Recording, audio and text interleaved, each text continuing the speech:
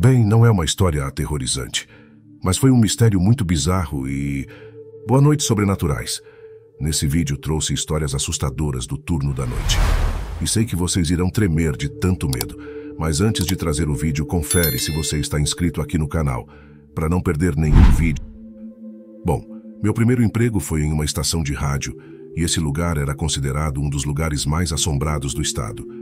O prédio era uma antiga casa que foi convertida em escritórios, com uma história macabra por trás. Dizia-se que o último dono da casa ganhava a vida esculpindo lápides de túmulos no porão e que morreu de causas naturais enquanto trabalhava em uma delas. Bem, pelo menos foi o que se falou. Quando os novos proprietários assumiram, deixaram algumas lápides lá mesmo, tipo, achavam que era legal e que dava um ar exclusivo no lugar. Um erro que desencadeou uma série de eventos inexplicáveis e assustadores. Ouviam-se histórias sobre figuras sombrias em quartos vazios e luzes piscando sem motivo aparente. A atividade paranormal supostamente cessou quando as lápides foram removidas, mas nem tudo foi embora. Quando comecei a trabalhar lá, o contorno de uma das lápides ainda estava no chão do porão, e eu testemunhei coisas estranhas durante meu turno da noite. A porta do porão ficava na sala de descanso, e sempre que passava por ela, sentia uma terrível sensação de arrepios, como se algo estivesse me observando. Em uma noite, apaguei todas as luzes do escritório para economizar energia, mas quando retornei ao estúdio, encontrei todas as luzes acesas novamente, mesmo sem ninguém no prédio. Houve também momentos em que vi CD players abrirem e fecharem sozinhos, mas a história mais arrepiante foi contada pelo locutor da noite. Enquanto tocava a nova música do álbum do Bon Jovi, as luzes piscaram e, ao olhar para o display do CD player, viu que o número era de uma faixa diferente.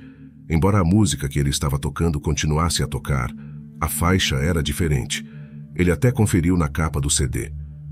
A faixa era I'll Sleep When I'm Dead.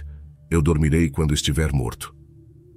Bem, não é uma história aterrorizante, mas foi um mistério muito bizarro e... Estava indo de Minas Gerais para Petrópolis de ônibus em excursão escolar. Foi engraçado porque eu tive um mau pressentimento antes da viagem. Comentei com meus amigos e nenhum deles foi. Por causa disso, só eu fui. Enfim, aí de madrugada, de repente, muito barulho, muita luz entrando na janela do ônibus, eu meio dormindo, meio acordado. Achei normal, afinal, era estrada. Mas momentos depois chegamos.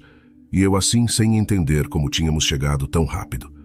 Eram umas 8 horas de viagem e partimos às 11 da noite. Na minha cabeça eram 4 horas da manhã, apesar de já estar ensolarado, mas como eu estava numa cidade longe, pensei, aqui é assim, adolescente besta, né? Eis que eu comento com os colegas e eles falam que chegamos na hora prevista e que já são 7 da manhã. E eu fico tipo, mas que diabos? Impossível. Aí eu peguei meu celular e estava marcando 4 e pouca da manhã. Para piorar, fui conferir a hora também no meu iPod, e ele estava marcando 1h30 da manhã. Nunca me esqueci, e nunca vou me esquecer, pois foi a primeira e única vez que aparelhos digitais marcaram horas erradas do nada comigo, e ainda foram os dois juntos. Somado isso com a sensação que eu mesmo estava, de que não era 7 da manhã, foi estranho. Infelizmente eu era o palhaço da turma, e ninguém me levou a sério. Só meus amigos que eu contei depois que voltei. Na hora mesmo eu deixei para lá e fui curtir a viagem. Depois disso até desenvolvi um certo interesse por assuntos paranormais de abdução e tal, mas confesso que sou bem cético e passei a evitar esses assuntos até porque me conformei que não tinha explicação no momento e não sou de teoria muito de conspiração e outras bizarrices desse gênero. Mas uma coisa é certa, aquelas serras entre Minas e Rio de Janeiro têm muitas histórias estranhas mesmo. Quando éramos crianças, meus irmãos, meus primos e eu, minha avó era cheia de histórias para assustar a gente. Dizia ela que a avó dela contava para ela. Sempre que falávamos uma palavra que ela relacionava com uma palavra feia, ela dizia que as palavras tinham superpoderes. E nisso até hoje eu acredito, porque muitas vezes já comprovei essa teoria na minha vida. Uma história que eu lembro era que a gente não podia falar a palavra desgraça, porque quando estivéssemos sozinhos, ela, a desgraça, apareceria pra gente escondida num canto, olhando fixamente e sorrindo de forma bizarra, e ela te seguiria aparecendo por aí, te assombrando, até você morrer.